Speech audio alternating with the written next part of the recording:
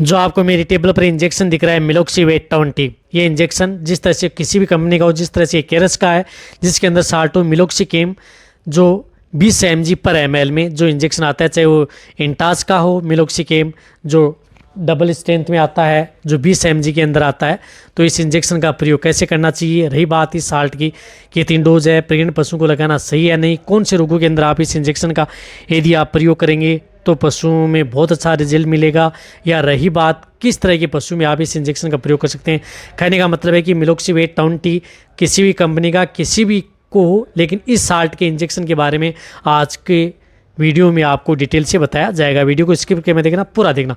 जो इस चैनल पर अभी नए आए हैं तो पहले आप इस चैनल को सब्सक्राइब कर लें, क्योंकि इस चैनल भी पता है कि आपको बहुत ही सही और सटीक जानकारी के साथ वीडियो दी जाती है।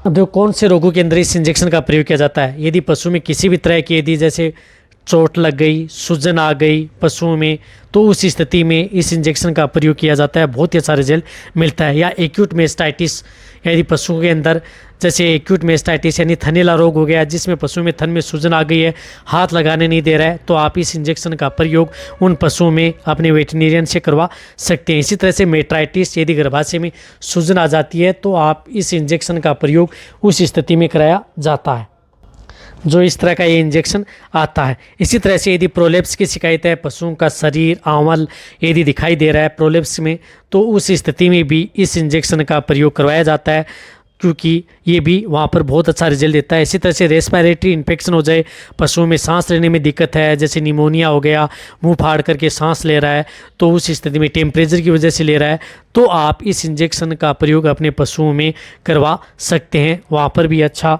रिजल्ट इस इंजेक्शन का देखने को मिलता है।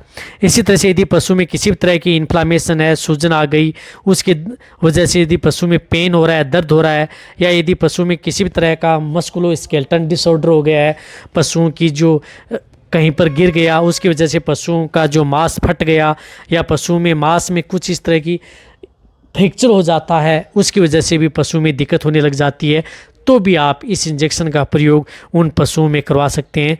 बहुत ही अच्छा रिजल्ट देखने को मिलता है। कहने का मतलब है कि मिलोक्सिकेम जो नॉर्मल इंजेक्शन यदि प्रयोग करते हैं उससे कई गुना इसका रिजल्ट अच्छा है पशुओं में।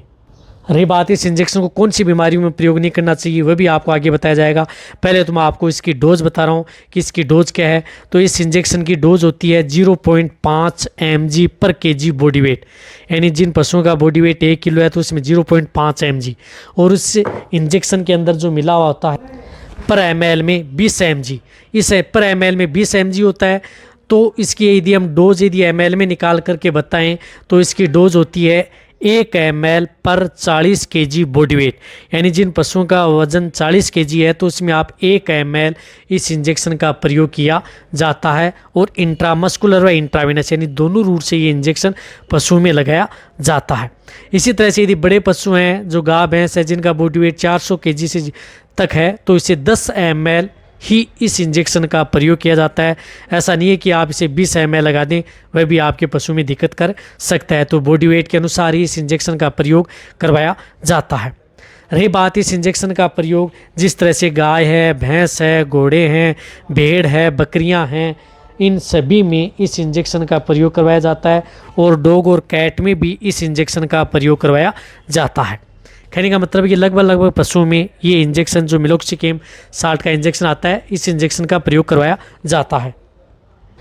रही बात इस इंजेक्शन का प्रयोग कौन सी स्थिति में नहीं कराना चाहिए, यदि आपके पशु में जिस प्रकार से पीलिया हो गया है, पशु की लीवर कमज़ोर है, या कई दिनों से यदि पशु बीमार पड़ा है जिसमें टेम्परेचर तो नॉर्मल रहता है लेकिन बहुत दिनों से बीमार है, या यदि आपका पशु जैसे पेशाब में खून आ रहा है, तो उस स्थिति में आप यानी ब्लीडिंग यदि पशु में हो रही है पेशाब के साथ है या दस्त के साथ, डायरिया के साथ, उस स्थिति में आप इस इंजेक्शन का प्रयोग उन पशुओं में नहीं करवाना चाहिए। इस बात का आपको ज़रूर ध्यान रखना है। इस इंजेक्शन का विड्रॉल पीरियड भी होता है। दूध के अंदर ये 7 दिन इसका असर रहता है, मीट में 28 दिन तक असर रहता है। देखो ये इंजेक्शन वैसे यदि आपका पशु प्रेग्नेंट है, ज्ञाबिन है, तो भी इस इंजेक्शन का प्रयोग करवा सकते हैं। यानी प्रेगनेंसी सेफ इंजेक्शन होता है। लेकिन जिस तरह के मैंने रोग बताए हैं, इस तरह के रोगों के अंदर आप इस इंजेक्शन का प्रयोग यानी दर्द सूजन में या टेम्परेचर बढ़ा हुआ है तो इस इंजेक्शन का प्रयोग बहुत ही अच्छा होता है। किस बीमारी में प्रयोग नहीं करना चाहिए वह जो मैंने बताया, उस स्थिति में आप इस इंजेक्शन का प्रयोग नहीं करवाना चाहिए। रही बात इसकी डोज की, तो एक बार डोज लगाने के बाद में ये पशु ठीक हो जाता है, नहीं होता है तो आप 24 घंटे के बाद में भी आप इस इंजेक्शन की रिपीट कर सकते हैं, 48 घंटे बाद में भी आप इस इंजेक्शन को रिपीट करवा सकते हैं। तो ये वीडियो जितना हो सकता है पशुपालक वेटरनरी असिस्टेंट है उनके साथ शेयर करें। इसी तरह से वीडियो देखते रहें। थैंक्स, धन्यवाद।